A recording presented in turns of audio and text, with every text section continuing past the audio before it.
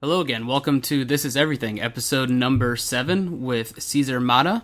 Another quick intro at the top. I'm going to say pretty much all the same stuff I've always been saying, but yeah, you guys are doing awesome. Thank you so much for listening this far, and any new listeners, thank you for tuning in.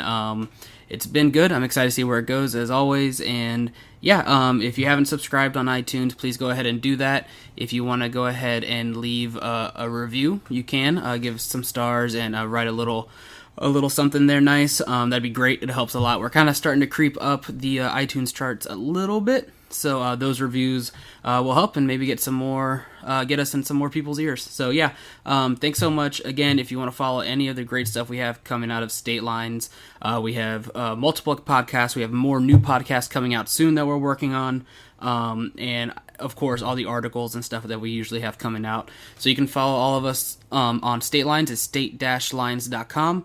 Facebook is facebook.com/statelines. Twitter is at tweetstatelines. Instagram is at statelines. And Tumblr is officialstatelines.tumblr.com. And you can follow my personal Twitter. I'm at Daniel_Cura. And yeah, so this episode is really good. I'm really excited to have you guys listen to it. It's with César, who's a great friend of mine, one of my best friends. We used to live together. We met in college, our freshman year of college, and then kind of went our separate ways, and then came back together. And yeah, it's a really good talk. We talk about actually a little bit of our backgrounds. We're very similar. My family came from Cuba. Cesar's family and himself came from Venezuela when he was a kid, about 11 years old.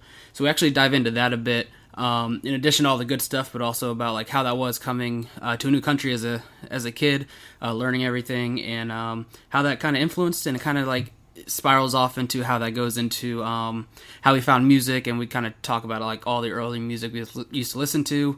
We kind of reminisce of early 2000s pop punk and all that kind of fun stuff. And then yeah, we actually talk about college a little bit, just being the young guys that we are, and how maybe college didn't really live up to what we thought it would be on the backside of it. But yeah, it's cool. It's kind of a bit of a culture talk and a fun music talk. We go into art and us writing as musicians and stuff like that. And off that, we actually talk about a band that he and I, in addition to some other friends, were working on that didn't work out. Clearly, we're not doing anything with that right now. But it was the first time we kind of openly talk about what happened there and kind of why it didn't work out, and kind of put some stuff out in the open. And it's fun, and we have a good talk and great friends. And I'm just excited for you guys to listen to it. So please follow César. He's at Tidal Wolves, TIDALWOLVES, on Twitter and Instagram. So yeah, do all the good stuff. And here it is, episode number 7. This is Everything, with my guest and one of my best friends, César Mata. Good evening, ladies and gentlemen. We have a special treat for you today. We have the one, the only. Welcome to the State Lines Network. Hello. Hello, Steve. How are you? Good, dude. How are you? Good. Thank you for coming. Of course. Well, the picture's so fancy. I brought my water. But you water, man. Max, stop sneezing. Oh my god. Max. What are you gonna give on the couch? So how you is? I am doing good. It is so hot outside. Yeah. I don't know where I'm wearing a long sleeve. So, I guess I should mention to everybody hearing that my dog is freaking out He loves me. and It's sneezing okay. into the microphone. Max, come here. I guess we should mention that he's freaking out because we used to live together. Yes. So we used to all be roomies. Oh my god. So what's new, buddy? Just let him do it. Good? Alright, bud. Nobody wants to listen to you sneezing all day. Come on. But. Sit over here. Good boy. How you doing, dude? I'm doing good. This is cool. I'm excited. Yeah, I'm glad you were able to. I was gonna have you on anyway, but then also everybody I was talking to was like, "Oh, well, let's try next week," and I was like, "Crap! Who's unemployed I right now? need somebody." Cesar's not doing anything. Nah. I was sleeping. Yeah, so I guess, like I mentioned, you are, or not are, unless you're hiding in my house. We were roommates, along with Nick, who might be on this podcast soon. Yes. So, Yeah, I always feel like I start talking about like stories about how I met people, so we could probably just save that for later. So what's anything like pertinent on your mind, or I don't. Getting started is always kind of like... Yeah, let's do something good. I was thinking about it. I was like, what are we going to talk about at the beginning? Because I've been kept, like, listening to your podcast, and I was like, it's always like, I don't want to ask anybody a question, so... Well, I mean, I do, but I always feel like it's such... I mean, this is even better than just being like, so, the welcome to... Welcome to Daniel Cura's like, podcast. my dog sneezing into the microphone is better than just awkward whatever. So, I thought it'd be pretty funny. I don't know if I've heard you talk about your 21st birthday. No, I have not done that yet. But I think 21st birthday stories are pretty hilarious. So I was about to say, like, I thought I remember a lot of it, but I don't think... I remember a lot of the pictures, and then... Okay, I was about to say, because you weren't there. Afterwards. You weren't there. I was not. Okay, because for a second I was like, wait, was Caesar there? Was I that drunk? Did I meet him before I met him? What? Well, we met before that, because we had one... 21st? Yeah. Well, we met before that, but we didn't start hanging out. Yeah, like, yeah. until later. Because we had a Which one... was a mistake. Yeah, we had one college class our freshman year. Was it 2? English 1? English 2? 2. We had to write a lot of essays. I remember that. All I remember is Didn't want to do it. it was a morning, like an 8 a.m. It was class. so early. And we became friends because our teacher was really uptight and everybody else was really uptight. So we would take turns sleeping and just wake the other one up when like we had to do something. Quiz. Oh, Yeah. Yeah, so then we met. so funny. I think we did a project together or something. And then we just kind of stopped hanging out. Because the college is weird. Because like, It after was like... weird. Well, because like college, you meet people for like, what, 4 months? And you're like together all the time for a semester. And then like, there's so many... Yeah, I was thinking about that the other day. Like, there's so many people I've met and I don't remember. And like, we hung out so much because we had to. And especially like with Gen Ed's class, because like literally everyone in their mother that is like, I mean, you could meet like an archaeologist there and an artist and like people with all these different aspirations, and then like you never see them again. Yeah, yeah. So a lot of people end up becoming, you know, like the Facebook friends or whatever. Which is I think what we did. We did that whole gig for a while, and like, you know, we talk about music and guitar stuff every once in a while. Yeah, and then we decided we should like hang out. let's start hanging out. It's like, it's a good idea. And then like a month later, like, let's live together. That was true. Summer later. All right. I think, yeah. Okay, we're moving in. Yeah. Cool. I mean, it was cool, but yeah, so we skipped all that time. So we were like the first year of college, and then we didn't hang out till like, because then we graduated. I think we started hanging out like the beginner or senior year. No. it was like, I think it was summer. I don't know. I think we started going to the football games. Because that's my first memory of you. And Like, we graduated in December, so... You invited me to one of the first football games. So, like, we met, like... So, like, a year before we graduated. Yeah, three years prior we met, and then, like, we started hanging out, like, the fall years before... after? the fall before we graduated. And then we graduated together and sat together and everything, and then decided to live together for 3 years. Because I remember that summer was wild, because we kept doing the World of Beer Wednesdays, like, all the time, man. Yeah. That was fun. Yeah, that was when I didn't have to pay rent. And You weren't married. No responsibilities. And I could just Drink beer. blow all my money on beer on Wednesday nights. On a school night. School night? Yeah. Yeah. We lost a lot of time. But yeah, no, it was kind of funny though, because like we talk about this all the time when we met and like we actually like started hanging out and like getting to know each other better. We're pretty much like the same person growing up. Yeah. Like two little Hispanic kids like playing Pokemon and doing all this other stuff. Right. And then, you know, all of a sudden like we're just stupid. Like we missed out on like 3 years of friendship because of college. Yeah. I missed out on a lot of stuff because of college. Like what? Like life. Like I don't know, like watching TV and sleeping. One thing I remember about college is I think like I single-handedly like kept that Subway alive in the middle of Cooper Hall, because like that like I can't eat Subway now because I had so much of it in college, just $5 footlongs every day on a college budget. That's 2 meals. Yeah. I feel like you and I, because you lived on campus and I didn't. So I lived on it. I lived there first year because like you were supposed to, like if you weren't like locally, yeah. like if you weren't within a zip code or whatever, like you were supposed to stay on campus for like the first year, and then you could move out, and then I immediately moved out. That's probably my one, because you and I kind of had opposite experiences, I'm sure, because of that. That's probably like my one, if I had to say like a regret from college. I mean, I couldn't afford it anyway, but so I lived at home, but at home was like a 30-minute drive, so I didn't do much.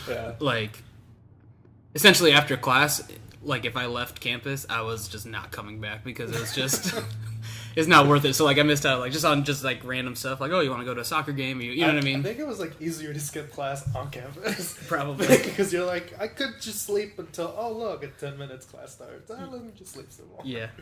I used to, my first year, so my first semester, my older sister was still at school, and she was in a sorority, and the first semester of school, like, they kind of, unless you know how to schedule your classes, they're just like, here, these are your piece of shit classes. Have the worst schedule possible, because you don't know what you're literally, doing. it, like, 3 or 4 days a week, I remember it was a 5-hour break between classes.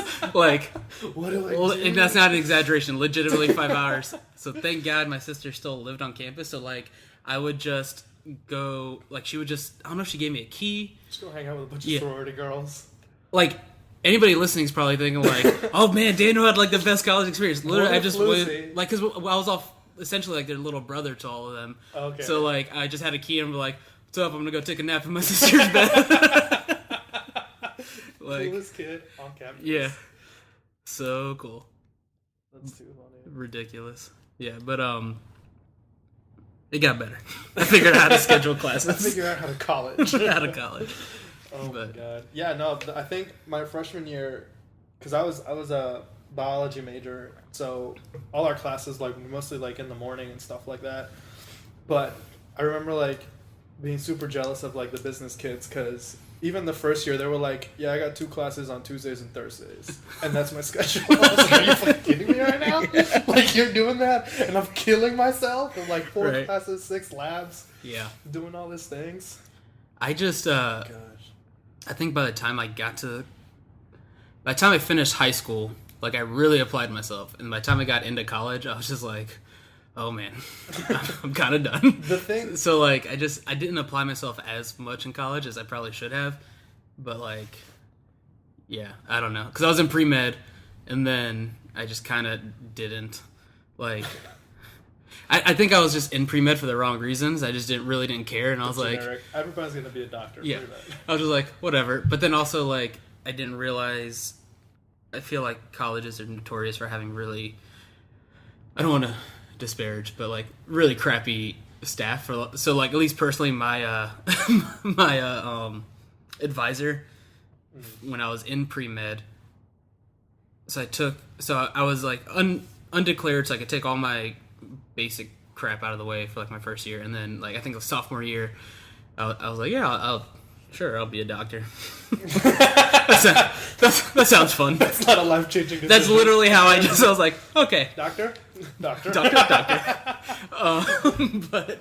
so we need to talk about that. Yeah, inside jokes. But like, so I took pre-med, and then after like a year or so of just like, kind of getting by, like I went to go see my my advisor, and she was just like, one of those were just like, didn't just expected you to know everything, and she was like, so where are your shadowing hours? And I was like, hey, what? I don't know.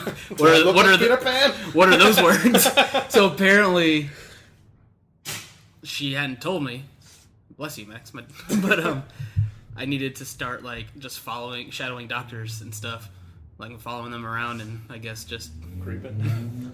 Again, not sleeping anymore. Creeping at a hospital. But I was like, oh, okay, well, thanks for telling me that. And that was also simultaneously at the time where I just like started like getting D's in all my classes.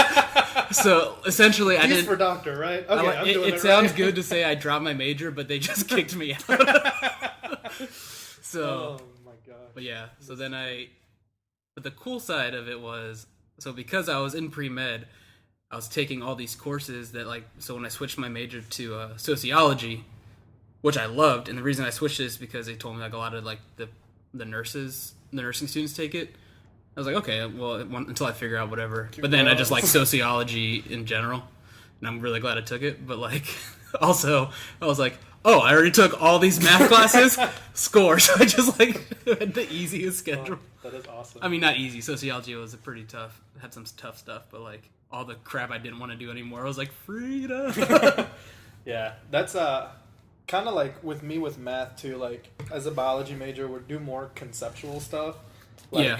As far as genetics goes, that's pretty much like the extent of our math ability. So I took basic like math classes, calc, stuff like that. Yeah. But I made sure like I took care of them like in the first 2 years, so I would never have to touch math again. Ever. And I haven't needed math yet, and when I do, it's just calculator app. So it works out. It works out good. But yeah, no, I hate the advisor experience. There was brutal. We had to obligatory meet with your advisor like your freshman year, and then after that, it was just up to you to go do it. And my experience with them was so bad that I was like, I'm just gonna handle all my stuff. And I ended up like talking to kids that have been at USF for a while, and that's how I learned the ropes of like how to finagle your schedule the right way and how to do this and how to do that.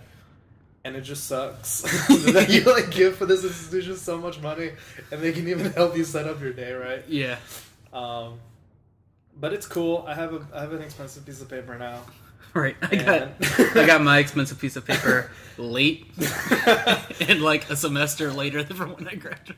Like it's like I walked with you in December. It was December 2011. We both graduated. Yes. But because I had a lazy ass teacher, she didn't submit my grades until like the next semester, so I didn't get my diploma until like the summer. Oh my gosh. Yeah, the reason I did that was because when I came in, they had me down as a psychology major. Yeah. I was like, soft science. So I switched, and I did IB in high school, so it let me come in to college with like 33 credits, which was pretty baller, so I didn't have to take a lot of gen ed courses. Yeah. But that first year was me getting screwed over by the advisor. Like, they put me in classes that like I didn't need to do, and because of that, I got delayed like a semester. So when it came time to graduate, I was 3 credits away from it. Yeah. From graduation, and so I had to take 2 classes. And that was it. And I took, what did I take? I took like human behavior, something rather, and then I took like this like just try this out course, which was a symbiology elective, which is pretty cool. But I don't know, it was cool. Yeah, a lot of people I've talked to have said that. Like Noelle, my wife, did not graduate because same thing. Like, she thought she was ready to graduate, and then she go see her advisor, and her advisor was like, oh no, you're missing like, I don't know, it's like 3 or 5 classes or something, and she was like, I'm out. Flip this table. She was so pissed because like they just didn't mention to her like, and she had met them before, and like, oh yeah, you're fine or whatever, and then she was like gearing up. That's not the only time I've heard that happen. It's just bad communication. Yeah. Overall, like, it's your job to literally advise us on what to do, because we have no idea what we're doing in this 46,000 student school. Right. This episode brought to you by the University of South Florida we love Administration Department. They're overall pretty great. But we met, and you're like my best friend now. Right, yeah. So that was good. You're one of my groomsmen, and we lived together for 3 years. That bachelor party was so fun. Oh, yeah. If anybody wants to hear that, you could probably just listen to Brad's. Yes. Was it episode number 3? Yeah. I don't know. Listen to Brad Winter. But yeah. Yeah. It was weird. Like, it's been weird, just anytime you, like, I mean, when we moved into the apartment together, I kind of had it, like, just moving anywhere, and, like, after living together with us two and Nick for 3 years, like, and, like, living now with my wife, in a house, which I like, and it's cool and everything. But like, Schoolhouse. like every now and then I'll be like, man, I miss the apartment. The apartment was so good. It was like, I felt like it was like Friends, but without the other two people, and kind of Brad because he lived there. But Yeah, not really. Yeah. But it was fun. Like, Yeah. Like, I mean, I do miss it. Like, I live by myself now, and like, I dance with my dog. that's what I do. I talk to her all the time. We're buds. I don't know. It's just a different atmosphere. You know, like just to wake up and bullshit with your friends, come home, bullshit with your friends, get drunk, play Mario Kart, hate your friends, Yeah. wake up in the morning, bullshit with them again. Yeah. It's definitely something. I mean, it's easy to take for granted, just like the amount of work you have to put into being friends when you're not like. Oh my god! When you see them on the way to the bathroom, you know what I mean? What's up? Because you guys are like the people I talk to the most often, like Yeah. in general, and then like not living together. Like there's that period of like, I haven't talked to my friends in so long. They're usually here. Oh man, no, I totally agree with that, and it's tough too. Like after like we move out and you know people start having lives and stuff, it's just difficult overall. Like Brad lives in BFE, and so does Nick, but he'll be living here soon, close. So hopefully we'll. Yeah, he's actually more. moving in right behind my house. Yeah, he told which me is about it. Crazy. I was like, sweet, that's really cool. You just come over all the time. I'll drop Ro off and her and Max. It's pretty crazy. But yeah, no, it's like it's super tough. Like you try to find the time to do it, but it's like you know we've tried to like plan out to hang out for like the past 3 months. Yeah. And everybody's like, I can't. Yeah. We're like, okay, just gotta sit down. Yeah. Friend caucus. Yeah. It's totally different than just being like walking out of your room and be like, hey, wanna watch a movie? Jersey Mike's in 5 minutes? Okay. Yeah, let's go get food. Oh man. But yeah, that was cool though. yeah, it was definitely fun. It was yeah, it was just good times. A lot of stuff happened there. I think a lot of stuff. Okay. I don't know. I don't know how early this happened, but I remember. What was I home by myself? I think I was home by Are you myself. talking about the ping pong ball? Yeah. That was the first week. Was this the first week? We were moving in, Oh and we my were God, at this is work so embarrassing. because you didn't work a 9 to 5. Yes, at because that point. college tells you that you're gonna find a job, but you don't. But you don't. You don't do that. Don't listen to college. College is wrong. Oh my god. Yeah, so Nick and I were at work, and you were texting us. It was literally like the second day we moved in. It's like, go ahead, continue. Oh my gosh. Okay, so we're very avid fans of the beer pong game, and Nick Like kids fresh out of college are. Nick had a professional beer pong table, and it had like these cool little like ping pong holders and stuff like that. By the way, just as a disclaimer, I'm not from this country, so my phonetics sometimes get mixed up. So don't bash me for my Spanglish. I get enough of that shit already from my friends. Wolverines. Wolverines. Nectar. Okay, we're done. So he's got these like ping pong ball holder things, and I'm sure like the night before we played beer pong or something or whatever, and we dented one of the ping pong balls, and so I was trying to fix it. So I googled because college is also Google. You don't need to go to college. You just need to know how to Google things because that's Right. what adult life is. School has been a lie. They told me there's so many lies. you'll get a job and you'll never have a calculator in your Literally, pocket. Google everything. How to fix this? Google. How do I fix this? Okay, here you go. Sweet.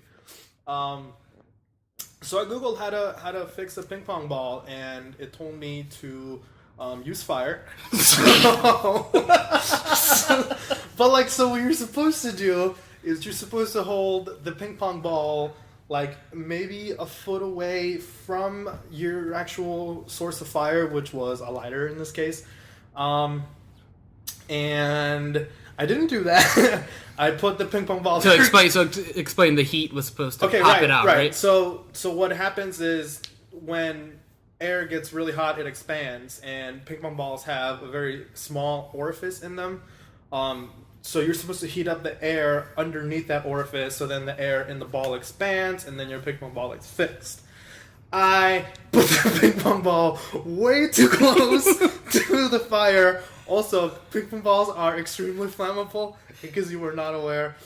So I lit the ping pong ball on fire, and then I started juggling it all around the apartment, and I ended up burning like 3 spots into the carpet, which was already disgusting when I moved in. But it doesn't matter because at the end of the ball lights on fire and I don't know what to do, so I throw it. You threw it. So once I throw it, it just went, and when it went, it hit the wall and landed on the carpet. So my next move is I'll just kick this into the kitchen. I did not kick it into the kitchen. I kicked it against the wall where it just disintegrated into the carpet. The best part about that story was like when you sent us a group text and then like it was like in pieces. So like you said I tried to fix the ping pong ball. Like we didn't have like 10 more, but like I tried fixing. It's just so important to me to do something. So you're like I tried to fix the ping pong ball because you're supposed to hold it over a lighter, and I was like okay, and then like next text was like, but then it caught fire and I threw it. And I was like shit, and then next text is like, but it's okay. But then I went to go kick it into the kitchen, and I'm like okay cool. He's like, but then I missed the kitchen. And it burnt the carpet over in the corner. It was just like a whirlwind of like, okay, we're good. No, we're not. Okay, we're good. No, we're not. Okay, it's worse. It keeps getting worse. It's my shit. Okay. Like we weren't even. I didn't even have like furniture yet. I'm like we can't burn it down. And I was using like a box as a nightstand. Oh my god, that was a good one. Yeah, we had good times there. Yeah, it's definitely just weird anytime you kind of go to a different environment and living with a girl. Girls are weird. Yeah, they're icky, but no, it's cool, and we still see each other. It's not like we're strangers, but no.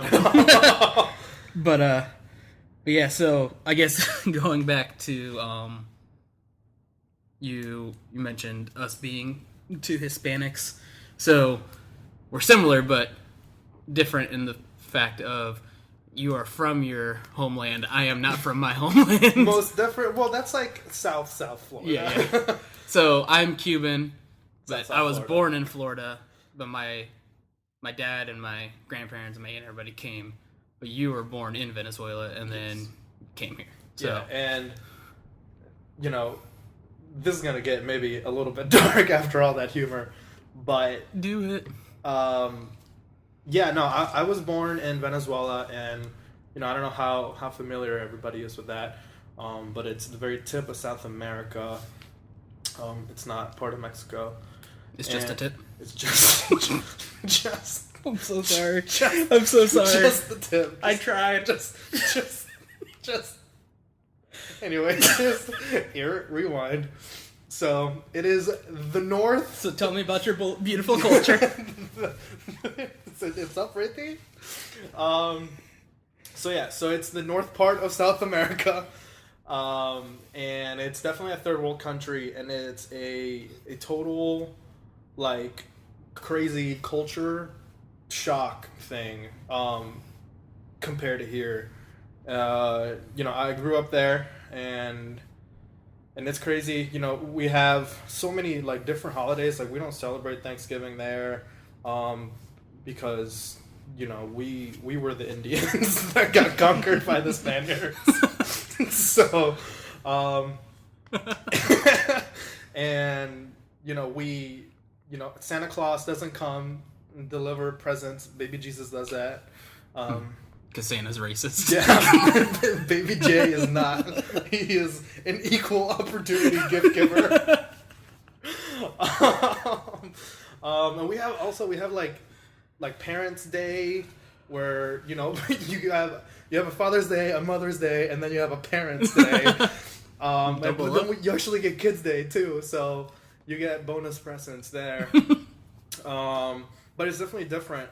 There's not like centralized, cities, and it's like literally like, at least, so it's kind of radical because my mom and my dad are from 2 totally like opposite parts of Venezuela. My mom is from Caracas, which is a city like straight up. It is the capital of Venezuela. So, picture like DC or New York City, like a very heavily populated, total city vibe there. And my dad is from the island of Margarita, which is literally like just beautiful Caribbean waters, 4 houses and like, giant acre spans, mountains, like total beautiful, like Caribbean landscape. So I had a lot of fun growing up there. But it was definitely different. There's not like a police force like policing the streets. Like you have military police at like different checkpoints along the road, and like everything's so corrupted there. It's disgusting, and you only have like actual police like in the big like metro areas and stuff like that. So it's definitely fun. It's definitely a different experience. We ended up moving here because my mom knew that the people of Venezuela were going to be really stupid and elect Chavez as their next president. Yeah, I think you told me that. / Sith overlord. So she was like... Something. Spanish. We're getting... she's like, we're getting the fuck out of here. So my mom and my dad sold every single possession that they had. And material. They didn't sell off my brother or anything like that. He's not watching. Or my little sister. She was like 6 months. But my uncle and my cousins had already been living here for about 6 years before I moved. So that definitely was a giant help getting here, because we had, somewhere to go and people that already had the experience here. Yeah. And like my dad had traveled to the United States. It's so funny to me to think about this now, because like, it'd be so cool when he'd go there, because like he would bring back like all these candies that are like Skittles and shit like that didn't exist in Venezuela, and I would like lose my mind over Reese's, and like it's just crazy crap like that. Like you don't really like value unless like you don't have it. Yeah, exactly. Like, and that's a crazy mentality too here, like just in the country. Like people take a lot of crap for granted that they have. It definitely puts people at different perspectives and different work ethics for sure. So we moved here probably like at the absolute best time to move to a new country, which was like right before 9/11. Okay. So we moved here, like it was like August 12th, like of 2001, and I didn't know any English besides like what Sesame Street like taught me in Venezuela, because like we actually took like English classes, like, take Spanish classes and stuff like that. So I didn't know any English besides like what I picked up when I visit my cousins or whatever, and so it's tough, man. It's tough learning English. It's a lot of crap that doesn't make any sense. A lot. Yeah.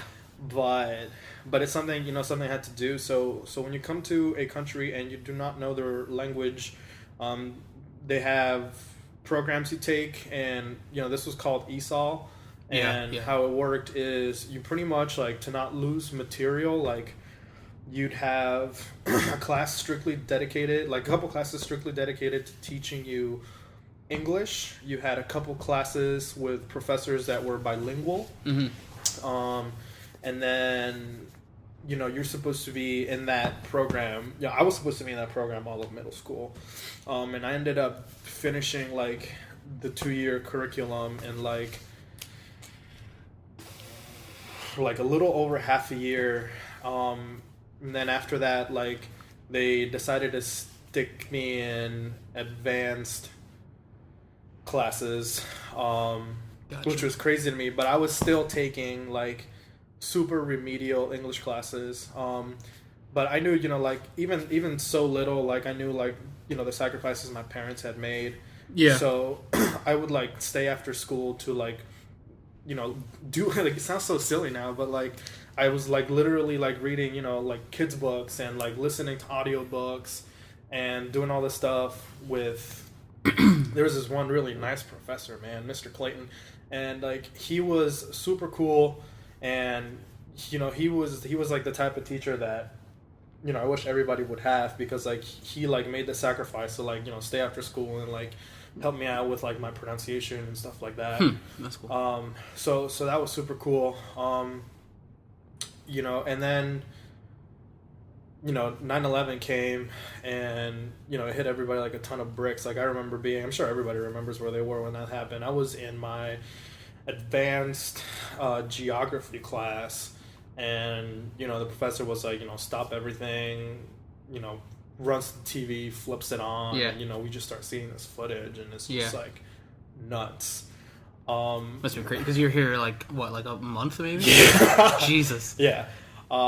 So, you know, we come here to this environment, and it was so hard, because after that, the xenophobia in the country was nuts. And for those who don't know, it's just like fear of, you know, foreigners, or like, you know, everybody was very America, very against anybody, you know, and it sucked, because, you know, because my dad, like, he went, you know, he busted his ass to go to college and shit like that, and, you know, he had an economics degree or economy degree, whatever it is, and, you know, the man ended up doing, like, fuck, it sucks, but, like, he ended up, like, I didn't find this out until I was like 22, but, you know, when you're a little kid, you're kind of ignorant to a lot of the shit that happens that, you know, you now experience as an adult,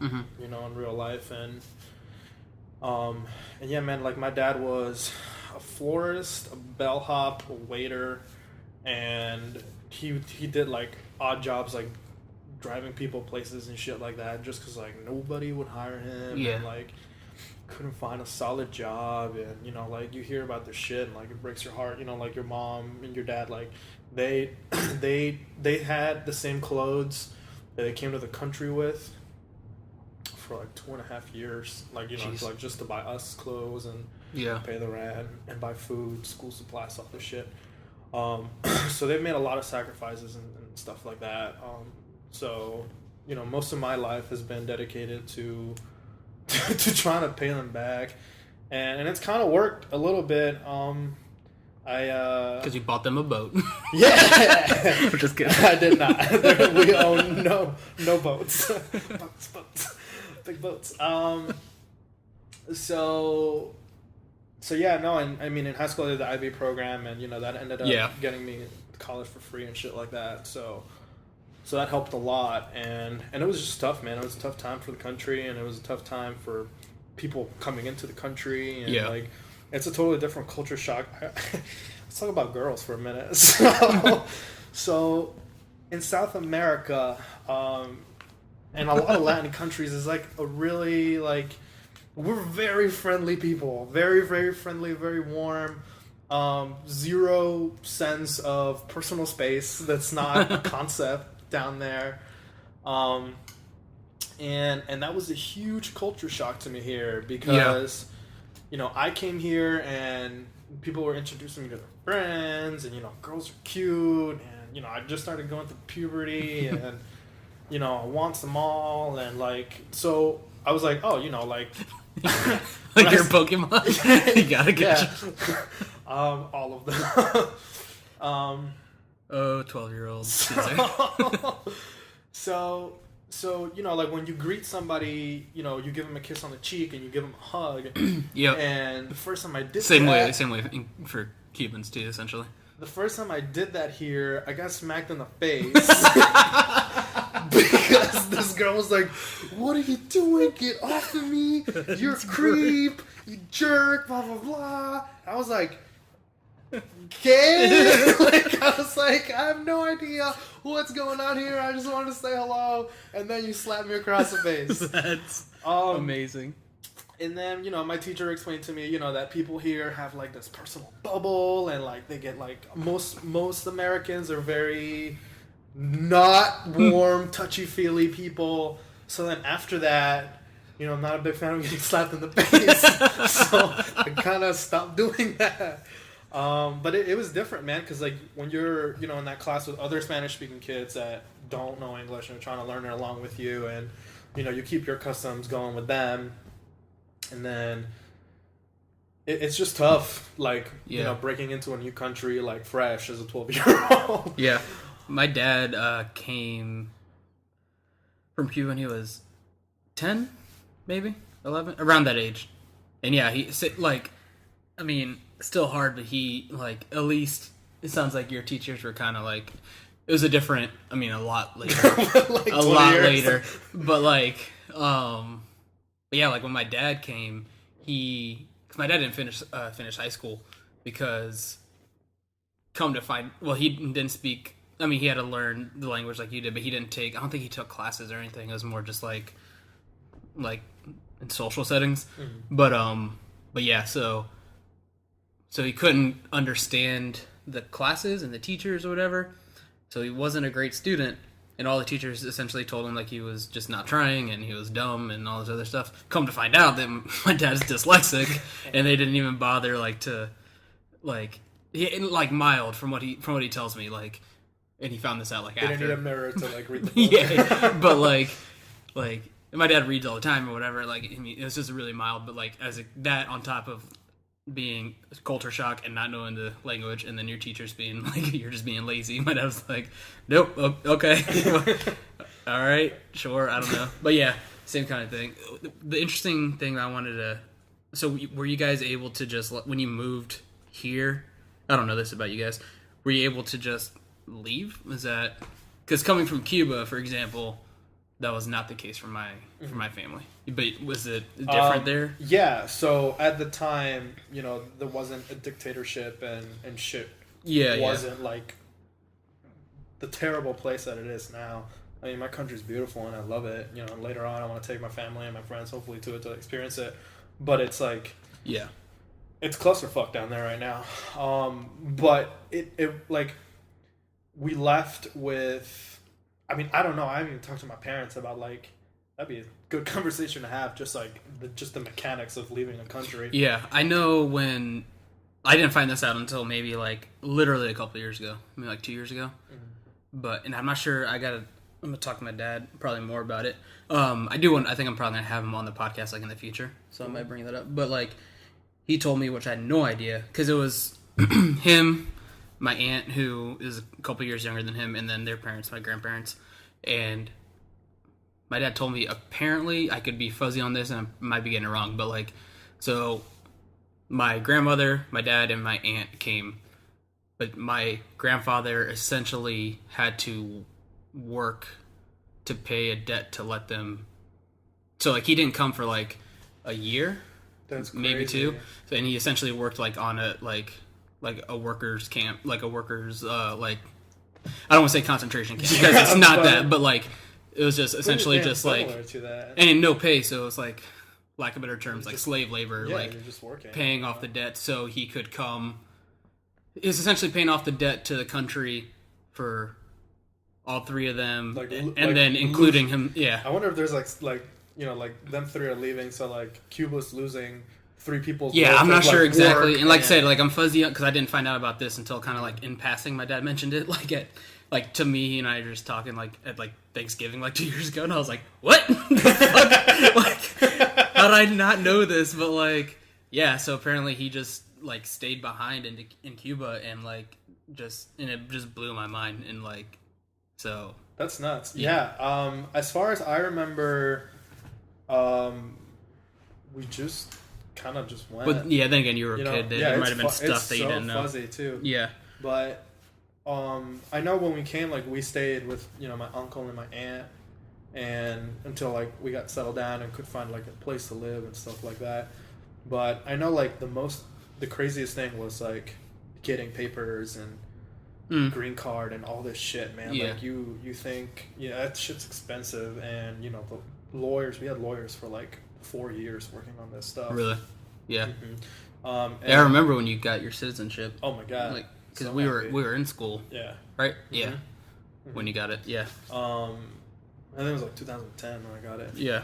But it's crazy. There's a lot of rules to becoming a citizen here, but my family knew it was it's for the better, specifically like education wise too, which is actually slightly hilarious because so no, regardless of all the college talk we just had, the school system there is kind of cool and kind of different, and I wish America would kind of pick up on that fact.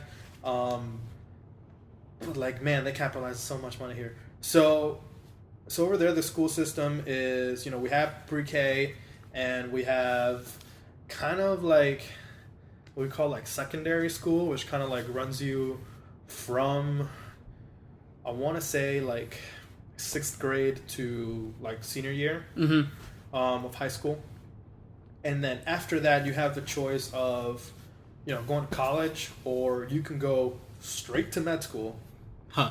And you go straight to law school and like Yeah. big vocational schools like that. Because like they're like, we're not gonna waste your time reteaching you all the shit you just learned. Yeah. Where you could just start saving lives or Yeah. start, putting people Yeah. away or something like that. I think that's what killed me with going back to like me flunking out of pre-med, was just like, I feel like I would have liked it if I were doing stuff. Yes. Pre-med itself was just ridiculous. It's redundant. And I know you need the information, but also I feel like, I mean, I'm not a doctor, and I might be pissing people off making this generalization, but like, yeah, you need a lot of information. You need to know obviously what you're doing, but also I feel like at least half of it is also learning by doing. Practice. You know what I mean? Like, and just, I think that's what kind of burned me out, was just like reading a book for like this goal like 10 years down the line. You know what I mean? It was, but yeah, sorry. That's also one of the things that, discouraged me from doing medicine as a career was exactly that. Besides like the $400,000 you're in debt in, etc. and all the shenanigans that comes after that, was just that, because I mean, in IB, what you do is the first 2 years of high school, you do 4 years of high school. And the last 2 years of high school, you do the first 2 years of college, information-wise. So I knew a lot of all the science-based stuff. So when I was doing college, like, I was like, I already know all the shit. So, it was easier for me. It was easier for me to do that transition material-wise. But I was feeling the whole time, I was like, it would just be so much easier if I just went, straight into med school, because the first year of med school, like, it's just, you learn new stuff, but you review old stuff as well. Yeah. So the way they do it in Venezuela is kind of crazy. And it was a big, crazy shock, because when I came here in 7th grade. Yeah. And what I was learning in 7th grade, I had already learned in 4th grade. Jesus Christ. In Venezuela. Yeah. So it was like a crazy, like, am I like back in time? What is happening here? Superman. So like the cool thing that we had here was Bill Nye the Science Guy on TVs with the big straps around them. We didn't have that there. But yeah, no, as far as like material goes, like I was making like oral presentations when I was, 5th grade or shit like that. But like about like planet's density and shit like that. Yeah. Not like whatever, like garden projects or some shit. But that was crazy, and I just feel like, we would be so much more efficient if we could just start pumping out doctors and lawyers. Yeah. But at the same time, I understand here too, because like, college is like the experience of college. Come here and do all this crap. But I don't know, man. It's like, I feel like it's an outdated promise. It doesn't. Yeah, and like right now it sucks too, because our generation got, I feel like, really, really screwed really bad, because before you were going to college, bachelor degrees meant something. You're getting a job, yeah. Yeah. Now, if you don't have a master's degree, you're not going anywhere. Essentially now, like, they've said that a bachelor's degree is the equivalent of what a GED used to be. Yeah, like it's in the job market. It's preferred, like, and it sucks too, because like imagine the people that don't even have a bachelor's degree, like what do they do? Yeah. And like, but honestly, some people I know that don't, and they just went to like a trade school, are doing pretty well, because like the trade jobs are at least jobs. No, and like if like you think livable about jobs. it, like, You're not going. and You're not working at Starbucks with or with the bachelors. You know what I mean? And they're and the thing with trade jobs too, they're necessities, like for like the life that we have right now and like everyone's living. Like you're never not gonna need a plumber. You're never not gonna need an electrician. And it's smart like now for some people to go take that route because that's job security and and it's quicker. Unions and all the shit. Yeah, you don't cheaper. invest so much money in doing this and doing that, and you're already saving money, and it just sucks that like everything's about money. Cash. Yeah. Yeah. So I guess we covered school. So now I want to talk about government. No, I'm just kidding. So I guess I guess what's interesting to me is because you and I from the beginning, before like when we met and like before we kind of became like as close friends as we are, we always talked about music. So like, and we still do. Mm-hmm. And when we lived together, that's like all we did. But either listen to music or finding new music and whatever. But as far as this band YouTube video, so I guess, correct me if I'm wrong, but I was interested in like how, like when you started finding music in relation to like you coming to America because, but then again, you were like what 12, so I feel like that's the time when you start finding music anyway. Mm-hmm. So you're probably already here for it. So here's this thing about music in different countries and movies and like overall media. So we don't get everything right away. Yeah. Like I got Dragon Ball Z years after it came out here, and it was the coolest thing ever. But the music that was big in my country wasn't local music or national acts like of my country. Like those were big or whatever. But like what was popping in Venezuela was Britney Spears. Yeah. Like, and Backstreet Boys. And I'm trying to think. So that was what 2001. That makes sense. I don't know how far back is it because I think it was like 6th grade because this was like that was 2001 then because if we're the same age then I don't so know math. That makes sense. You might have been like, but then again those fads were so worldwide but that's what I'm saying. Like as far as the music that I listen to now compared to like where I started listening to music, like sure.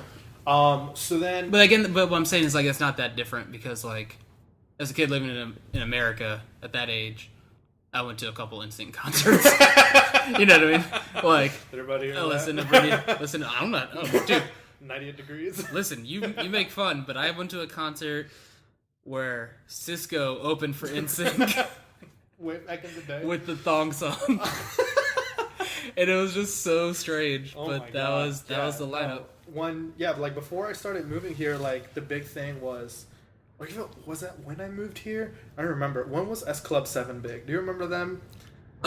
It's like S Club 7, O-Town, like all these boy bands and all the like Disney Channel. Yeah, all this crap. So that's what I listened to when I was 12. No shame. And then I moved here and. Dude, my cousins were totally on a different level. They were here before, and I have an older cousin who's like 2 years older than me, and then my cousin Joe, he's the same age as we are. Yeah. So when I got here, I had never heard punk rock music in my life. Yeah. And I had never heard alternative, heavy rock, whatever. Mm-hmm. Classic rock, like none of that, like was like even in my, because even when you go to restaurants and shit in Venezuela, it's always like, hey, like fun shit, and it's not at all when you listen here. So my cousin Gabe, the first album that he gave me was Dookie, nice, by Green Day, which is still like one of my favorite albums by those guys, and so that's how I got into. So he was more about punk rock, ska music, and then his dad was really into older rock, so like he started listening to Black Sabbath and all that jazz. So that's what he got me into. Cousin Joe was like into like whatever was popular on the radio or whatever. But because he hung out with Gabe so much, he got like more into like the heavier rock scene kind of thing. So, you know, we were Hot Topic kids for like... No shame. So was I. For like the first 2 years. And it was great because, you know, it sucks. It doesn't suck because like I really like the way that we demo music there, you know, like every week or every month, like they change up all the albums or whatever. And man, that's how I discovered Under Oath. Yeah. Was there. That's how I discovered En Berlin. Yeah. That's how I discovered... Oh, fuck. What's the name of that band?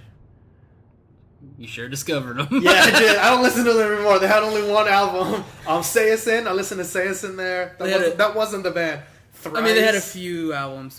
yeah. So, and then after that, it was more like getting to know kids in high school and, you know, like what they listened to. And then I got into that, and it was like a bunch of like giant like music coming at me from everywhere. Yeah. Which was kind of crazy. So listening to all this music, you know, made me wanna like my family on my dad's side is like very musical. Mm-hmm. Like my uncles play music, my aunts sing and play music. So I have the music gene in me, and you know I've always had that drawn to music, and I've always been super like enamored by guitar sound. Yeah. You know, besides that, drums are probably like would be the next thing. I would love to learn drums one day. Yeah. But guitar was definitely what I wanted to get into, and I was super jealous that my cousin had a guitar and like he never used it ever. And like whenever I would go, like I would just fiddle around with it and it sounded like shit, but you know I had fun doing it. You know, like he was teaching me like how to play an A chord and shit like that. Yeah. He thought he was the shit because he knew how to play an A chord. And you know, back in the day that was cool. And I ended up like for my 2003, it was like 13th, 14th birthday, something like that. I wanted like a starter pack, Fender starter pack guitar, you know, and I still have my Squire that, you know, I got from that. Is it red? Am I making that up? No, it's black. Black, okay. Nick's was red. Yeah, that's right. Yeah. So that's how I started into music, I guess, you know, and I've been playing it ever since. Yeah. So it doesn't sound like we had much. I was just curious as if that was like any different than like my experience is pretty much the same. I'm telling you, we're the same person. Yeah. Just different countries. Yeah. Especially going from like when you mentioned like be like kind of quote unquote being a Hot Topic kid, but like listening to like those bands that weren't the alternative necessarily. Like the rock radio bands. Yeah, like Nickelback. Yeah. Fuck those guys. Yeah, and like that's the thing, like I was never embarrassed by what I was listening to, ever, because I knew what I was listening to was good. I mean, you know what I mean? Because that's why I was listening to it. But also, like, there's that, I mean, when you're a teenager, there's always that kind of, like, if you're doing something different, it's kind of weird thing. Because you're not doing what everybody else is doing. So, like...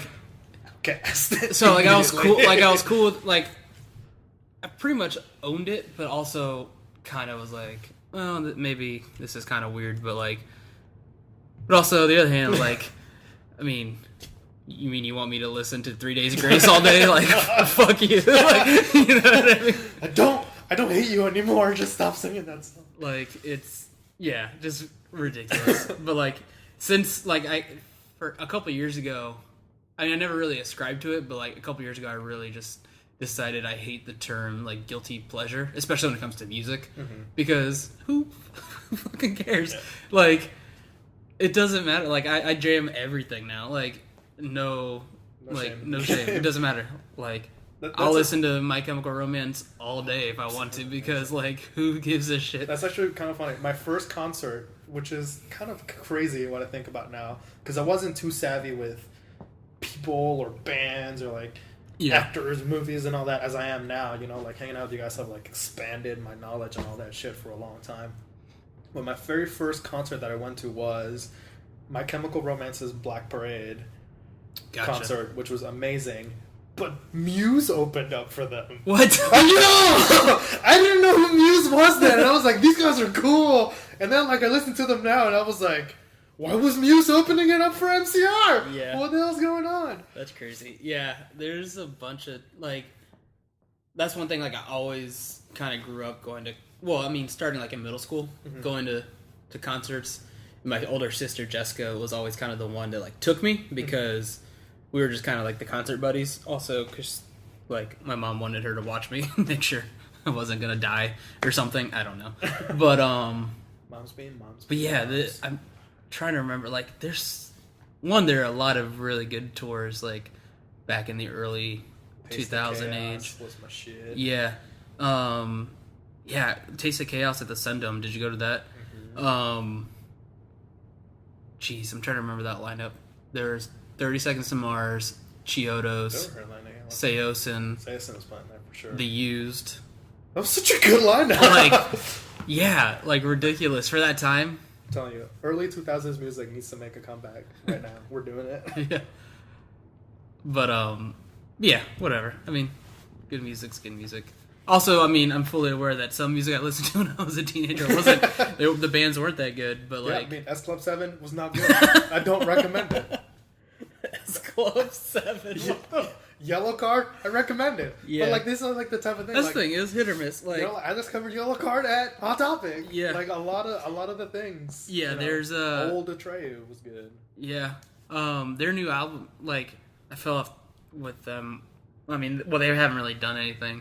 But they have a new album coming out, and I've heard a couple songs. Hell or High Water or whatever the hell. Yeah, it sounds like some of their older stuff. Yeah. And I never got into them super big, but I listened to one album of theirs, which was, I think, their sophomore album.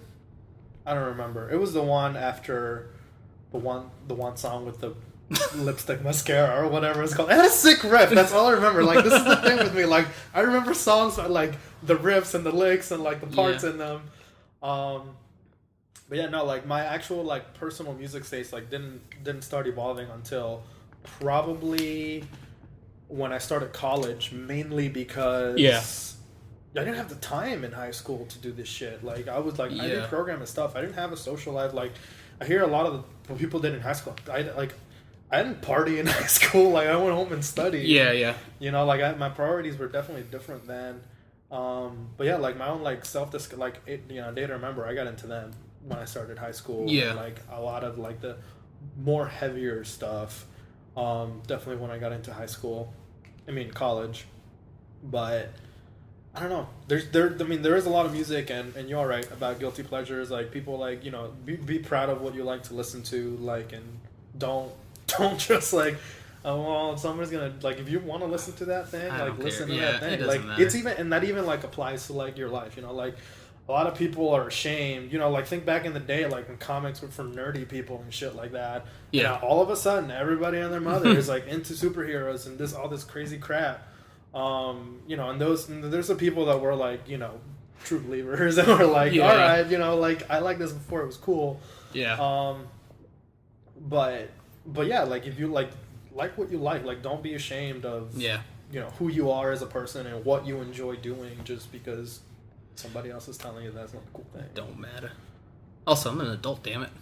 I will buy as many comic books as I want to. I don't how I want is my money. Actually, that's a lie. It's really expensive. I cannot buy. Don't do that. I cannot buy all the comic books I want to. But yeah, no, yeah, I'm all about that now. Just like, whatever, I don't care. It doesn't matter. I agree. Because, yeah, your taste is bad. You know, like, my music is better than your music. But I was always the, like, even now, like, I mean, I know you know, but I've always been the kid or the guy, now adult, who formerly known as adult. As far as music, just kind of like sharing to the point where, like, fully aware that I've annoyed the shit out of people with it, but just like when I find good music, like, just listen to this band. We do that shit all the time. Let's sit down, like yeah, we do it to each other. Brad and I, when we were in high school, we used to do it to each other all the time. Like, I would do it to like my circle of friends who just oftentimes weren't hearing it, and I'm like, you guys are idiots. But Listen to this song right now. yeah, but whatever. I still listen to all those bands. A lot of those bands are still doing stuff, which is awesome.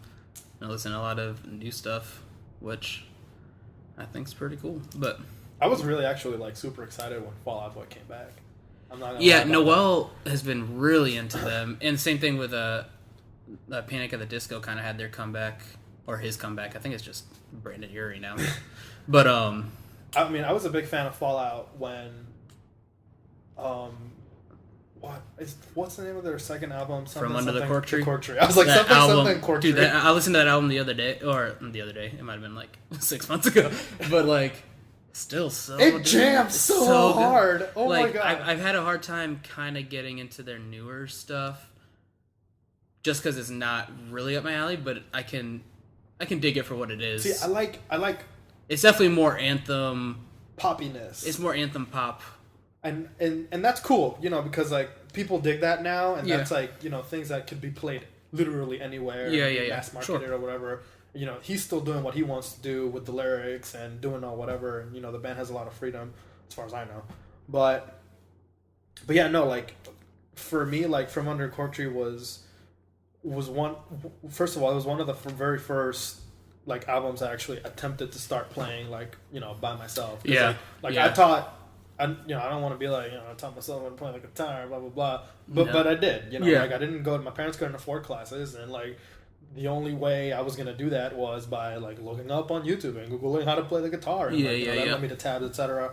So like my first like intro into doing that was like, and I don't want to say like their tunes were like simplistic, because now like it's so radical, like how you think about it, like how much I struggled playing, Sugar We're Going Down then to now where I'm like, sweet, nailed it. Yeah. Well, also, like, I mean, pop punk in general is a lot. I mean, this is I think a good thing, but like, a lot of sound riffs that sound oftentimes more complicated than they are, or like better than, quote unquote, better than they are when you're playing. You know what I mean? Like sometimes they're not super technical, but they just sound good. Mm-hmm. Yeah, that's the punk rock that's one or of my pop favorite punk things. sensibility. It's just like, they're driving, and like they hit hard and they punch really good, and that's what I really liked about them. Yeah, one of the first when I started playing guitar, the first ones I started playing by ear. The two that stick out in my mind are AFI Sing the Sorrow, but way more technical than I was able to do. And I'm sure all of that was wrong, and it wasn't every song, but the album that I could play front to back that I taught myself was by ear was The Starting Line. Say It Like You Mean It, their first album. Mm-hmm. That album is so good. Also written by a kid who was like 15 years old or something. Like crazy. he was a baby when the first album came out.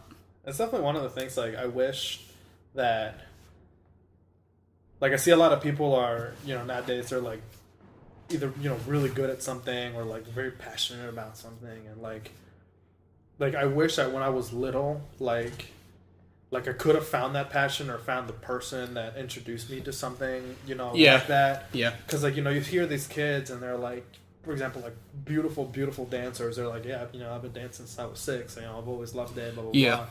And like, when I was 6, I was taking judo and gymnastics. Yeah, I've always kind of been like that too. I've realized that my trend since I was a kid is not laziness, but just because it's not laziness. It's like I mentioned this on the last episode with Camille. Like I've always kind of not lost interest, but almost to the point where like once I realize that I can do something, I'm almost just comfortable with the fact of knowing that I can. Like even like way before Noelle and I were dating and stuff, like to the point. This is gonna sound cocky, but like it's the best example I can think of, and I probably totally wrong, but like kissing girls, yeah. No, but like even like if like you and I, for example, happen to go out to like a bar or something, oftentimes I wouldn't like. If I was out, I probably wouldn't talk to a girl or try, you know what I mean? Like, but in my head, I'm like, I could, and maybe we'd hit it off, but I don't need to because I'm hanging out with my buddies. You know what I mean? Like, so that kind of mentality, like knowing that I could go up to the girl, talk to her, and probably hang out and have a good time. Same thing with like, oh, I could get this good at this thing, and okay, that's cool. Or like, you know what I mean? Like that was my college mentality. Yeah. Oh yeah, exactly. And I could work my ass off, and not even work my ass off. Like I could put in. I was not applied in college. Same. I was not applied. Yeah. My sister is gonna be a genius Nobel Prize winner because that girl, like, she will stay up to 1 a.m. doing homework. Yeah, and like that was me. That was me in high school. But like once I got to college, I was just like man, I was so burnt out from like the IB program that I didn't want to do anything, and like I was content. Like if it was either me putting in an extra 4.5 hours of work like every day to get that A+, like. I'm cool with the A-. Like I'm not gonna like complain about it. Like I'm still getting an A, my GPA is still high, I still get to do what I want, and I don't have to do this. So like that's been a thing of me, like, you know, that I know I do is I don't want to say I'm complacent, but like like, you know, like you said, like I know I can do it. Yeah, but it's definitely something that once I realized what it was that I've been working on keeping in check, depending on what it is. Like, it's like people aren't going to the gym. You know? Like if you want to go to the gym, you're gonna go to the gym. But if you go to the gym for 3 days, and you're like, could go to the gym, or I could binge watch Daredevil on Netflix and not go to. Okay, good. Order pizza. All right, this is great. Work out, do cheese curls, pepperoni curls. Yeah, it's definitely something that to keep in check. But like, even just doing something even creatively, like the podcast, for example, like has been a lot of work, but also there's been days where I'm just like, I don't like doing I don't want to edit or do whatever I'm gonna do. But then also I've always been one to like kind of need to be held accountable to the point where I don't like being told what to do, but kind of like, for example, the podcast, like on days where I'm feeling like I just want to kind of sit at home and eat pizza or you know what I mean? Or like just watch TV or whatever. But like, there's also technically it's more just probably my pride holding me accountable, but to the point where like it's on the internet and people are kind of like, if I just stop doing it, people are going to be like, well, okay. Well, not even that, but just kind of like some people are expecting me to keep doing it. And it's only been like freaking like 6 episodes. By some people, he means 1,000. So far. Yeah, that's bananas. That's so crazy. But yeah, so as long I feel like if I'm held a little bit accountable like that, no one's telling me to do something, but like if I know that like I should, then I'll keep, you know what I mean? Like, because like part of me is like, I'm an adult, I'll do what I want. You know, I feel like it's totally, you know, back to the same thing that we were talking about, and like, you know, being like super passionate about something and putting so much work into something, and like, you know, keep having that passion. It's like, you know, me with music, like, you know, I have been playing guitar for over a decade, which is just bananas for me to think about. Yeah. But there was also, you know, very long periods of time where I didn't touch it for like a year. Yeah, I've done the same thing. I haven't touched mine in a while. I come back and I'm like, what the fuck am I doing? Like, I'm so rusty. Yeah. And it's crazy. And it sucks. But like, you know, like when we were, you know, doing our band thing, like I was super passionate about writing music to the point where like I would come home from work and all I wanted to do was write. All I wanted to do was come up with parts. And I was like listening to music all day, trying to get influences and like just working my ass off for it. And it's just about finding that passion, like something that makes you want to like get up from the couch and not eat the pizza, and like, which is so hard because pizza's so good. But yeah, you know, it's hard to play guitar with greasy pizza fingers. Yeah, you're right. You're way faster. Your action is sweet. Hashtag pizza fingers. That's how the guy from Black Sabbath did it. Pizza fingers. Just picture like slices. Just we're going on stage. Anybody have pepperoni? Rub it on you. But yeah, so greasy. But yeah, that kind of goes back to like what I was saying, and like, yeah, when we. So, like, for those not listening, hopefully you're still listening. I mean, if you've tuned out already, but for those listening who don't know, like, so Cesar and I, along with Nick, who we mentioned was our other roommate, and then Brad, who again was on this podcast, had like, we were working on starting a band and writing music and stuff, and it fizzled out, and part of it I know was me. I mean, I feel like it might have been that same thing, and like, I don't think I've ever really talked to you guys about it or apologize for like my part in it, and it didn't end badly, but we were just like, also to the point where just like we were coming from four. Is that, did I do the math right? Yeah, four different creative angles. I think that was the exciting thing about it, and the detrimental part of it. Yeah, we all four had different like converging ideas as far as like background. Well, not even backgrounds, but just like what we kind of wanted it to sound like.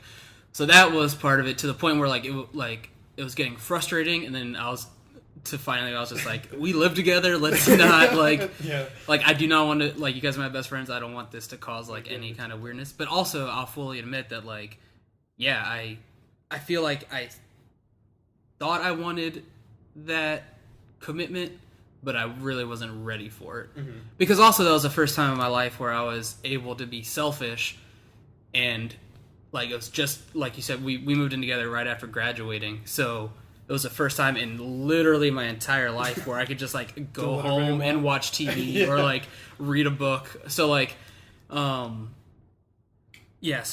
I would write songs and write lyrics and music and stuff, but like not nearly as often. Mm-hmm. I wrote a lot of lyrics. I didn't write a lot of vocals, but like to the point where like, but also like, yeah, it was just like going kindergarten to 12th grade, and then 4-5 years of college, finally like being an adult and being like, I can do what I want. I can watch a movie. But so it was a weird balance of like, I didn't want more homework after graduating, but I should have done it. but I should have done homework. Yeah. But yeah, so I don't know but it was fun. For me, it was like, so at the time, you know, after college being so awesome and telling me that I was going to get a job and I didn't, it was, you know, I worked for Brad's mom's I remember and that. dad, like, furniture shop, you know, for like a good 6 months. Like, it was a good bit of time.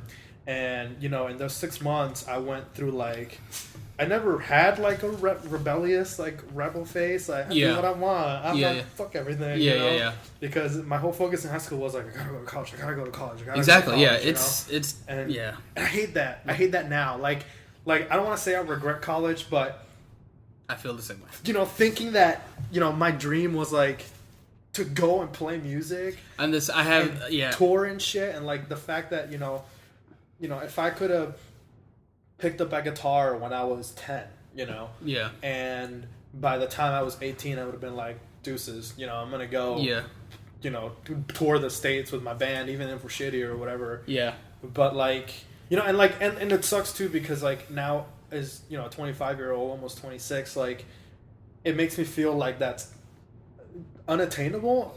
I struggle with it a lot too, because I mean, like I said, you and I are very similar, but like ever since, like I told you, I grew up going to shows, so from like 11 till like those teenage years, like I always wanted to, this is gonna sound bad, I didn't want to be on a stage, but like I would go to shows and be like, that's what I want to do. You know what I mean? I mean, like I played. But not for like better terms. Like I don't want to be like people watch me. I just want to be on stage making music. But like, same thing. Like, but it was also to the point where like, had I never took the time between school to like maybe finishing, because like you said, high school, middle school was like, you gotta do this because you gotta get to high school, and high school was like, you thought that was shit, you gotta do this because then you gotta get to college. So I took like all the college credit courses and then whatever, because you gotta get into a good college, and then like in college like you gotta do all this shit because you gotta get a good job. Surprise. And then you get surprised those don't exist. So like, but if I were like now as a 26-year-old, like, I mean, again, we're not like super old, and like we can still like story of the year. Yeah, they're old and they're still kicking ass. I still very much ascribe, but actually doing it like that, you can always just kind of do whatever you want, and it's never too late to kind of change what you're doing, and especially if you're not happy. But yeah, if I would have taken a step back from that mentality of like, you got to work for this next thing that they're dangling in front of you, like I probably wouldn't have. I don't know. I probably would have, like, this is going to sound bad. If I were smart, I would have dropped out of college. You know what I mean? No, I agree. But part of me was like, just like you, like your parents worked so hard to get you into school, and part of me felt guilty like having because that in the back of your mind. Yeah, because my dad, who came from Cuba, same kind of thing, has worked 2 jobs for as long as I can remember. Ever since I was a kid, he had a lawn business, and he would take me out and like sweating and just doing manual labor. And part of the message was like, you can go to college or you can do this job with me. Brown up, buttercup. Yeah, so and then also he works at UPS, and he got me and my sister. I mean, we put in the work in high school, but like through his job, we applied for scholarships through UPS, and so luckily both of our school was paid, like it was for you, because thanks to like partly our hard work, but also the work ethic of our parents who know how hard it is and how special it is, whatever. So that was kind of that I knew was in the back of my mind in college. I was like, I can't not do this because my dad has been working my entire life for me to get this paper. But like, so that's heavy, man. Like that definitely like weighs in on you. That's like when we started our project, I was like to me, I was like, this has to be it. Like I have no, like I don't have a job. I feel like I felt like that too. Like, but I like got my degree. Like I did my part to like, and then I was like, but then like it just sucks because like you're pressured so much by everything. You know, like you said, like you know you need to go to middle school, to go to high school, to go to college, to get a job, to do this, and like you have your parents which don't have the same experience as you because like they grew up in a different country in a different time period, totally different generation, different priorities. And, you know, like, my mom, she just wants me to be a doctor, and, you know, my dad just wants me to get a job and have a family and grandkids and stuff like that.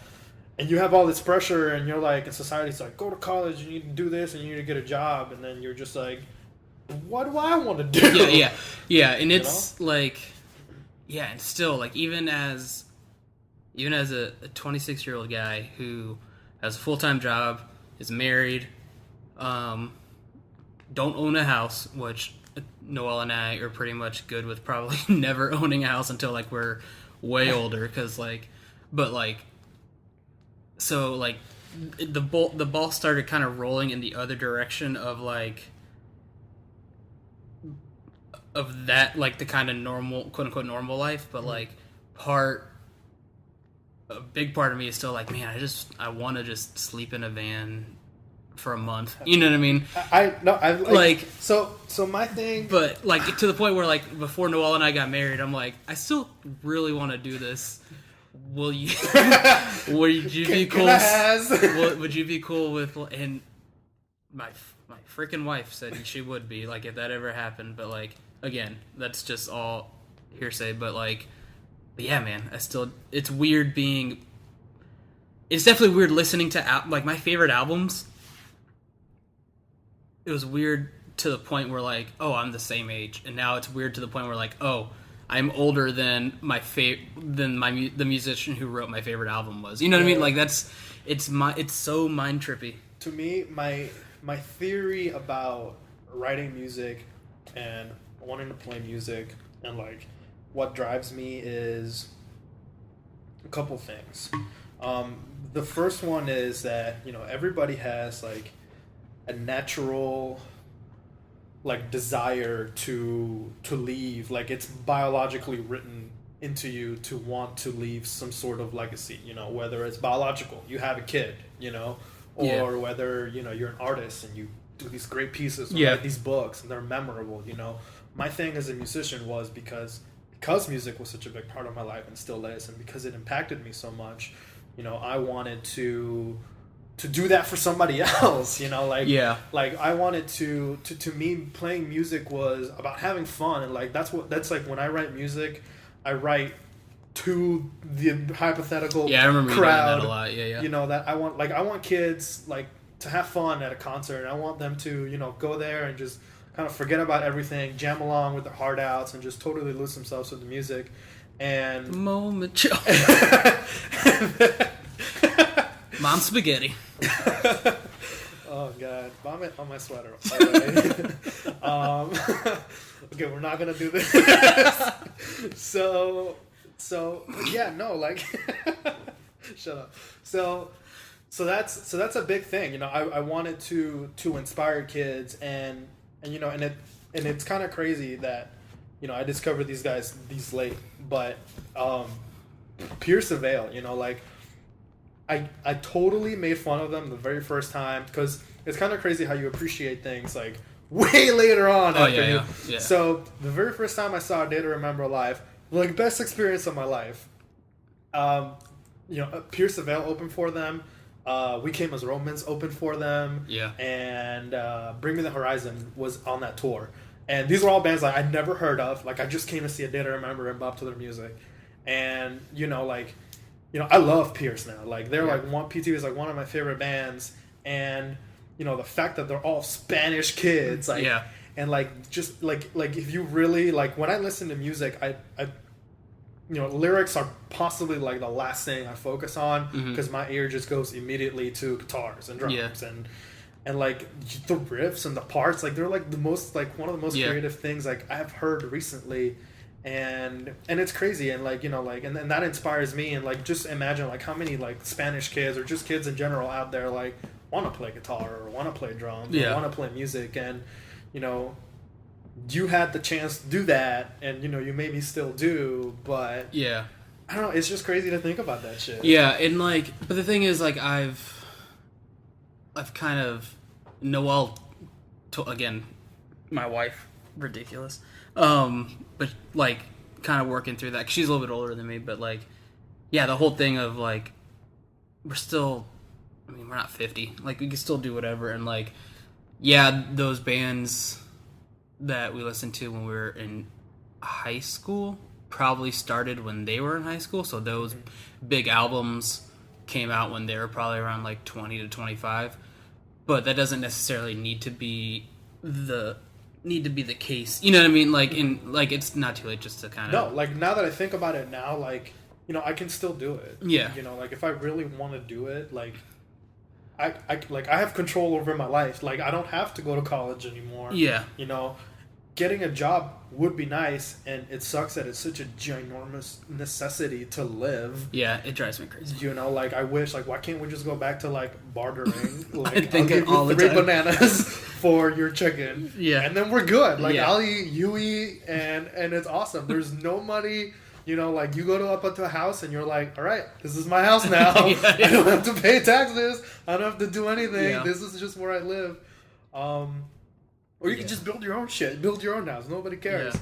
But no, I mean, like it's just it's something that I've always wanted, and I've always dreamed about. I love playing live. Like there's absolutely nothing like playing live music. Even if you're playing in front of 10 kids or 500 kids, like it's just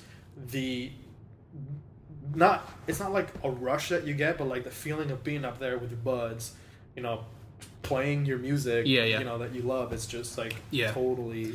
And I feel like that might have been part of like performing. That's what I'm saying. That might have been part of like why our band or project didn't really work out too, is because I felt like at least you and I like were kind of feeling that pressure of wanting this to be the thing. Oh, for sure. That like lived up to like our teenage dream. You know what I mean? And then it was just too much pressure. And then we put our carts before our horses and stuff. But yeah, to the point where just like I was listening to the stuff we wrote. It was good. We wrote some decent stuff, day, but like you don't think about but it was just stuff like, I mean, it just wasn't. Also, we were frustrated too because we didn't have a steady drummer. So like, oh my God, yeah. So like, we would, no matter how much we wrote, we couldn't write. We couldn't write. You I could write forever guitar parts. But. So if you're writing a song and you can write as much as you want of that song, but if you don't have drums, there's nothing you can do with that song. That people start drumming.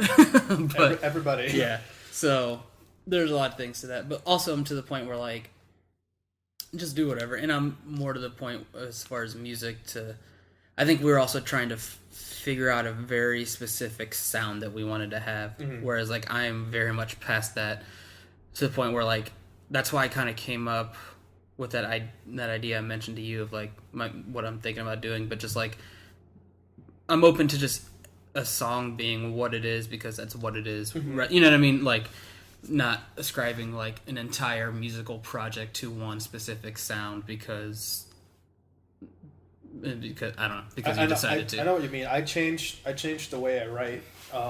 Now what I do is like, I think of an idea, or a theme, or I come up with, like a title or something. Yeah. And then it's so much easier for me to write and be like supremely creative writing to an idea or to a theme instead of like, all right, we're gonna try to sound like these 4 songs if this band like sprinkled a little bit on top of that, and then we're gonna write to that. And I know, I don't want to say we, but I know me personally when we're doing that stuff, like, I was using my influences in a very unnatural way when I was doing that, where I was like, well, I like these aspects of these bands, so I'm going to try to do that and put them in a blender, rather than this is all the music that has accumulated in my brain and has kind of influenced me, and letting those come out naturally for whatever the song is. You know what I mean? Yeah. Rather than just like it was like one of those like weird pictures of like, and you just like, do you ever see like those like computer games or like the kids games where like it's just like a person and like this shirt swaps over here and then this pair of pants. It was just like a weird like mix and match like copy paste of like whatever. But no, I know what you mean, and I totally and the agree. stuff was good. I liked it, but it was just not. What got me? I don't think we're all feeling it. What got me switched to the mentality that I'm now, besides like just writing what I want to the style I want, with whatever man, listening to the Alchemy Index, Thrice, yes, all those good. 4 albums, I was like, when I was listening to it, like, you just like, even like you look at the name of the song, you feel the name of the song, in their music, like the musicianship is very was intentional, bananas in there, and that's what kind of got me writing more along the lines of themes and ideas instead of like, this is the sound I want, because like, I don't want to say like you'll get grouped into things, but you will, like if you want to write country sounding music, you're going to be looped into country sounding shit. Yeah. As much as you don't want to, or if you do, you do, if that's your goal, go for it. That's what people are doing. I'm just going to write a shitty country song and I'm going to get on the radio because people love to drink beer in the water, or something. Boom. Next country single right there. Beer in the water. So, besides that, now I'm thinking more to like, your artistic side, to like, like how do you put you out there instead of like trying to take everything that you want to be and then pull all that together and then try to come out with something that, it just needs to, it's kind of just like in life in general, like all of your experiences kind of, when you're not thinking about it, all of your experiences kind of dictate of how, like, for instance, you react to a situation. Same thing, I feel like, with music or art or whatever you're doing, all of your influences will dictate or should dictate how, like I said, just coming out naturally. So however, like all music or art, I feel like needs to come from a feeling, whether it be like an idea or whatever. So like, if you just let whatever those influences be just come out naturally to what caters to that song or that project or whatever you're doing, I feel like that's the more, I don't know, natural's better. And I feel like even just in playing, and like I was listening to an album the other day, and it was a good album, but like even to the point where like I just, as I've gotten a little bit older, I'm more inclined to like natural, quote unquote, sounding stuff, to the point where like this album was like pretty good, but like you could hear like the edit in the mix, like when the like so much producing. Well, it wasn't even that, like when a guitar riff would just stop, and like to the point where like it was, you could tell it was just cut. Like a difference between like a single take and well, it was just something. You could just tell it was cut because like in like it just didn't sound natural. Like the note, like the ending note of whatever riff should have gone on like half a beat longer, but it was just kind of like really cut and choppy, and like if you're listening to the song as a whole, you wouldn't really notice it, but like I was listening to my headphones and I was like, oh, that sounds weird. Whereas like, yeah, like music is definitely a human thing. So like, I mean, I've mentioned him, I know to you a couple times on this podcast, but Frank Turner's most recent album, one is freaking incredible, But 2, he did every song he recorded vocals in one take. Like, so not necessarily the first take. It's impressive. Yeah, so not necessarily the first take of every song, but like every song was sung top to bottom, and that's what they used. No stop. And so that's how it was. Pierceville did the same thing. Well, at least their drummer did. He set up his drums in like an abandoned like cathedral like church, and he just banged out the track in one shot. Like it was never chopped. Which is cool. Like and I agree with you with the whole like it's organic. Yeah. Like the sound of it, and it doesn't seem overproduced, and it's just like I can't stand when if something sounds like a drum track or something, it just turns me off. Like, yeah. But like going back to the Alchemy Index by Thrice, like so for those listening who don't know, one, you should listen to Thrice and everything they've ever done. No, but really do it. I could do a whole podcast and just like, but so for the Alchemy Index, they released 4 EPs essentially, and each one had a theme. Fire, water, earth, and air. So there's I think 6 songs on each one, and they all kind of have to do with that element. And I could get super nerdy about it, but like to the point where like the last song of each album is all the same melody but in a different key, and like yeah. So different lyrics, but all like they all sound the same melody, different key and stuff. But like the earth one, going back to what you said, so like to make it feel like whatever that element they were doing. So the earth one was recorded in, I don't know the specifics, and I might be kind of wrong, but in a big open, I don't even know if it was a studio, but like hardwood floors, big open space. So it has like kind of like a natural sound to it, like when they recorded, but also they limited the number or the amount of time that they worked on each song.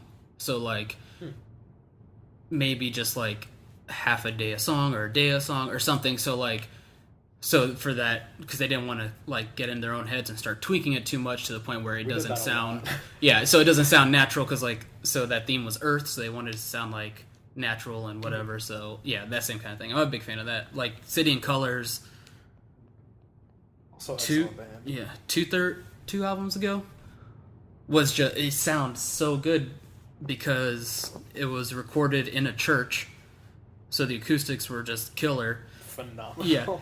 And they played it live like that, and they recorded it all on tape. So they didn't record it digitally.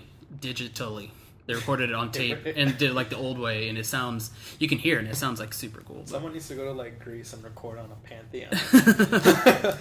But yeah, nerdy music talk. That's crazy. So we've been talking for an hour and a half about everything. College. Yeah, so let's talk about school some. College. But you feeling good? And anything else you wanted to mention, or are you happy with the conversation? I don't know. I didn't really come prepared. I just wanted. No, that's fine. I didn't know if like there's something you wanted to mention, really or if we're cool with the conversation as it is. Yeah, no, we could do a second one. Oh no, okay. So bonus. Yeah, no. I really want to be part of. I don't know. Did you talk to? I don't know. I think it was in Brad's podcast. The mystery theater. Oh yeah. Yeah, I'm toying with that idea. I got to figure it out. I think that'd be cool. I think that'd be rad. Essentially, just. I mean, there's other podcasts that have done it, but I think it'd be fun to do it too. Essentially, just watching a movie. I think it'd just be fun, and then having to do it. Yeah, watching a movie and then having mics and just recording the podcast as we watch the movie. Yeah, so just talk while I watch the movie. But yeah, for sure, it'd be fun. We have some state lines ideas being tossed around that I'm really excited about. So cool, dude. Yeah, sweet. Do you want to say the tagline, if you remember it? I do. Hold on. Oh yeah. I think I remember. Okay. So, better. But like, how do we say it? Do we say cool things, or like? Now there's a lot of pressure. I know, but do I say it in Spanish? No, I'm not gonna say it in Spanish. So I guess just remember that it could be worse. Nailed it. So good. All right. First take, was it natural? First take, natural. Pizza fingers. Pizza fingers. Baby Jesus. That's it. Just eat people. Sweet Giuseppe Cristo. Inside jokes. Goodbye. Don't spit your water. I'm good. Bye.